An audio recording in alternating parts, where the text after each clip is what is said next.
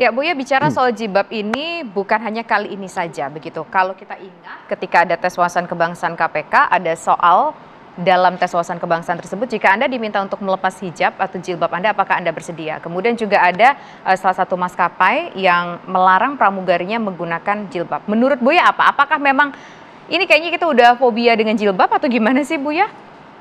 Ya, saya rasa iya ya. Karena itu kan identiti. Jadi salah satu identitas orang Islam itu ya kalau yang perempuan yang memakai jilbab gitu. Dan mereka mungkin barangkali tidak suka terhadap agama ya, terutama agama Islam.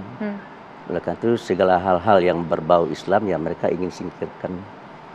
Tetapi kalau itu dilakukan dalam lingkungan negara Republik Indonesia itu jelas suatu hal yang ya sangat mengganggu ya kerukunan hidup antar umat beragama di negeri ini. Dan juga kalau itu dilakukan oleh aparat pemerintah, itu akan bisa membuat kepercayaan terhadap pemerintah, terhadap rejim yang berkuasa akan bermasalah. Dan itu tidak baik bagi perjalanan sebuah kepemimpinan. Oleh karena itu ya, kalau seandainya kita ingin negeri ini aman, tentram dan damai, di mana rakyat ini bisa hidup dengan bahagia, ya patuhi dan taati konstitusi. Junjung tinggi falsafah bangsa ini Pancasila. Apalagi MUI melihat negara ini terbentuk adalah berdasarkan kesepakatan. Sebenarnya kan di negeri ini sebelum Indonesia merdeka itu kan ada kerajaan Delhi, kerajaan Siak, itu kan kerajaan Kutai, kerajaan Mataram kan. Banyak sekali kerajaan dan kesultanan-kesultanan.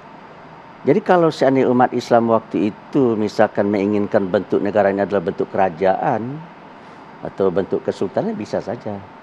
Tetapi kan umat Islam sudah berkorban, bentuk negara kita tidak kerajaan, tidak kesultanan, tapi yang kita pilih adalah bentuk negara kita republik. Itu yang pertama. Jadi kita sudah sepakat bahwa bentuk negara kita republik. Nah, jangan diutak-utik lagi, ini sudah selesai ya.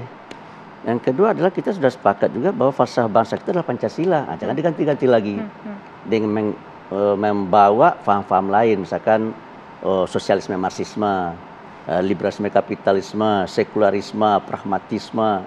Faham-faham itu jangan dibawa lagi ke dalam. Tapi ini juga cukup menarik ya, bicara soal jilbab itu di luar negeri sana, di mancanegara juga ada mungkin beberapa orang di luar sana, warga negara asing ketika orang berhijab datang ke negara mereka, mereka agak skeptis, agak langsung bersuuzon begitu ya, bahasanya Buya. Apakah ini juga efek begitu? Negara di barat itu memang negara-negara sekuler.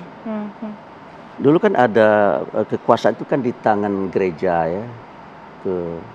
Sekarang mereka pisah, yang namanya gereja mengurusi, yang namanya tokoh-tokoh agama mengurusi gereja saja, sementara yang politisi mengurusi pemerintahan. Jadi pemerintah jangan mengurusi masalah agama, gereja jangan mengurusi masalah dunia, masalah publik. Gitu. Itulah bentuk negara mereka. Dan kita kan tidak seperti itu.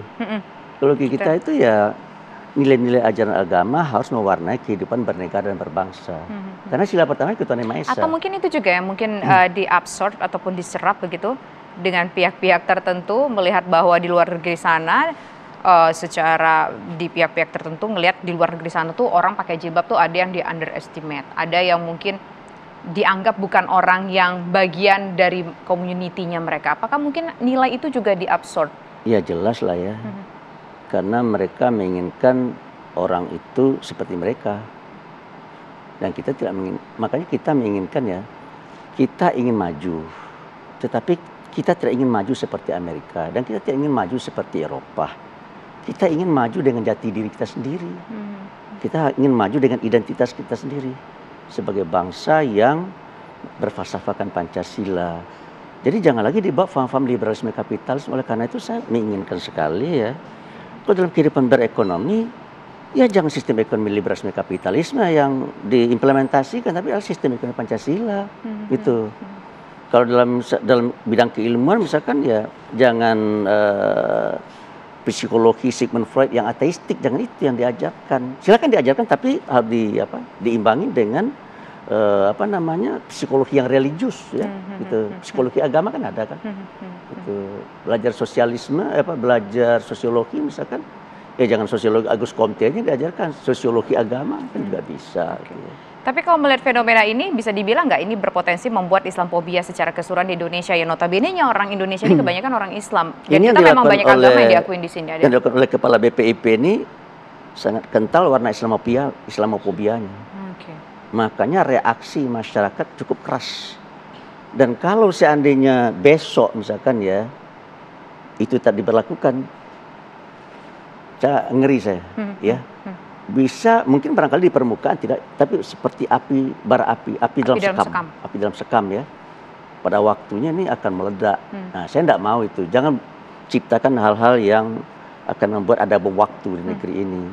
Oleh karena itu, jangan sekali-kali membuat kebijakan yang bertentangan dengan ajaran. Agama ini sensitif loh, Mbak Tisa. Ya, paling penting. Sensitif sekali ya. Makanya ada ras ya, apa tuh? Suku, ras, dan agama. Sara. Suku, agama, ras ya. Itu jangan main-main di situ ya. Itu kalau seandainya meledak ya, menyelesaikannya susah. Berat sekali itu ya. Tidak bisa 1 tahun 2 tahun itu. Jadi lukanya terlalu dalam dan dampak kemanusiaannya juga akan sangat besar ya. Korban-korbannya berjatuhan. Pertanyaannya, mau nggak kita negara kita ini tercabik-cabik oleh tingkah laku hanya 1-2 orang segelintir orang? Tidak maulah kita. Tiba pertanyaan, kalau bagi saya pribadi, ini pribadi ya. Mempertahankan kepala BPIP, tapi rakyat tidak percaya kepada pemerintah, atau memberhentikan yang bersangkutan, masyarakat percaya kepada pemerintah. Pilih mana? Oke, kita serahkan kepada pemerintah untuk memutuskan itu begitu ya Bu ya. Kita serahkan kepada pemerintah, kalau bagi saya begitu. Karena peristiwa semacam ini sudah berulang-ulang dilakukan. Jadi ini orang menurut saya benar-benar sudah nggak layak duduk di situ. Karena dia merusak kepercayaan masyarakat terhadap pemerintah yang berkuasa. Sementara pemerintah itu memerlukan trust. Gitu. Oke, Bu ya, kalau tadi kan dibicara bahwa ekonomi itu ya sebaiknya kita jangan sosialis kapitalis lah. Kita gunakanlah sistem ekonomi yang sesuai dengan Pancasila begitu kan. Nah, tapi ini juga ada bicara soal ekonomi. Mengenai pengelolaan tambang, Bu ya kan juga aktif di Muhammadiyah ya Bu ya. Mengenai pengelolaan tambang, ini gimana Bu ya mengomentari pengelolaan tambang yang Muhammadiyah bisa mengelolakannya? Ada di dalam surah Al-Qasas ya, ayat 77 nyatakan, wa bataghi fi ma ataqal darul akhirah. Silakanlah engkau cari akhiratmu dengan memanfaatkan semua karunia yang aku berikan kepada kamu. Wala tansa nasibaka minad dunya, tapi jangan kamu lupa terhadap kehidupan kamu di dunia. Artinya kita harus mencari profit. Ya kan? Nah, tetapi kalau kita sudah mendapatkan profit, wa ahsin kama ahsanallah. Kamu harus berbuat baik dengan profit yang kamu peroleh itu. Artinya kita harus berbagi dengan yang lain. Wala tabghil fasada fil ardh, dan jangan kamu berbuat binasa. Karena Allah innallaha la yuhibbul mufsidin, kan Tuhan tidak suka kepada berbuat binasa. Oleh Barat ya, Barat mengusung satu paradigma yang disebut dengan 3P. Jadi di Barat itu orang berorientasi profit, hanya berorientasi profit, tidak peduli terhadap people dan tidak peduli kepada planet. Kalau sekarang mereka mengusung konsep 3P. Silakan Anda cari profit, tapi jangan lupa terhadap people, terhadap sesama. Silakan Anda mencari profit dan berbuat baik bersama, tapi jangan sampai merusak bumi. Kalau dalam Islam tidak 3, P-nya 4. P yang pertama paradise. Kita dalam menempuh dan menjalani hidup ini harus mengorientasikan segala aktivitas kita itu bagaimana cara supaya kita bisa masuk surga nanti. Supaya kita masuk surga, ya hidup kita di dunia harus baik. Makanya doa kita, Rabbana atina fid dunya hasanah wa fil akhirati hasanah. Ya Allah, Tuhan berikan kami kebaikan di dunia dan kebaikan di akhirat ya. Nah, supaya hidup kita baik di dunia, ya kita harus mencari profit. Tapi dalam mencari profit, nilai-nilai ajaran agama harus mewarnai usaha-usaha dan kegiatan bisnis kita gitu. Dan kalau seandainya dapat oleh kita profit itu, jangan kita makan sendiri. Bagi, apakah itu melalui zakat, infak, sedekah ya, charity dan lain-lainnya. Dan juga dalam berusaha itu ya jangan sampai alam tercemar. Masyarakat sekitar tambang itu misalkan jangan sampai terzolimi. Nah, kalau seandainya hal-hal yang seperti ini bisa kita tegakkan, nilai luhur yang seperti itu kita tegakkan ya, atas dasar apa kita keberatan untuk menambang? So barang-barang tambang itu kita perlukan untuk mempermudah hidup dan kehidupan kita. Mbak Tisa dari Padang ke sini naik apa? Jalan kaki atau naik mobil? Naik mobil atau naik kapal atau naik pesawat terbang? Pakai besi nggak tuh? Pakai besi ya. Tuh. Ini burung nyala nih, listrik ini nyala nih. Tahu nggak dari apa ini? Dari batu bara. Itu. Nah, jadi kalau seandainya dilarang Muhammadiyah. masyarakat menambang, tidak hanya Muhammadiyah, masyarakat dilarang untuk menambang ya. Kota Jakarta ini gelap. Oke. Nah, tapi kalau konteksnya di Muhammadiyah kan mendapat tawaran untuk mengelola tambang tertentu. Iya. Fine aja berarti ya, Buya ya? Yang pertama ya kita harus rumuskan dulu ya, tambang seperti apa yang akan kita buat. Nah, kriterianya seperti yang tadi 4 tadi tuh. Ya. Ya, Guys. silakan kita mencari profit, tapi dalam mencari profit itu nilai-nilai ajaran agama itu harus diperhatikan. Ya. Dan kalau seandainya kita mendapat profit, ya jangan dimakan sendiri. Kalau Muhammadiyah, jangan Muhammadiyah makan sendiri, berbagi. Buat sekolah, buat rumah sakit. Yang makin sekolah dan rumah sakit kan bukan hanya orang Muhammadiyah kan. Ya. Di Papua itu 80% mahasiswanya Kristen. Di Kupang itu berapa? 60 atau 70% itu Katolik.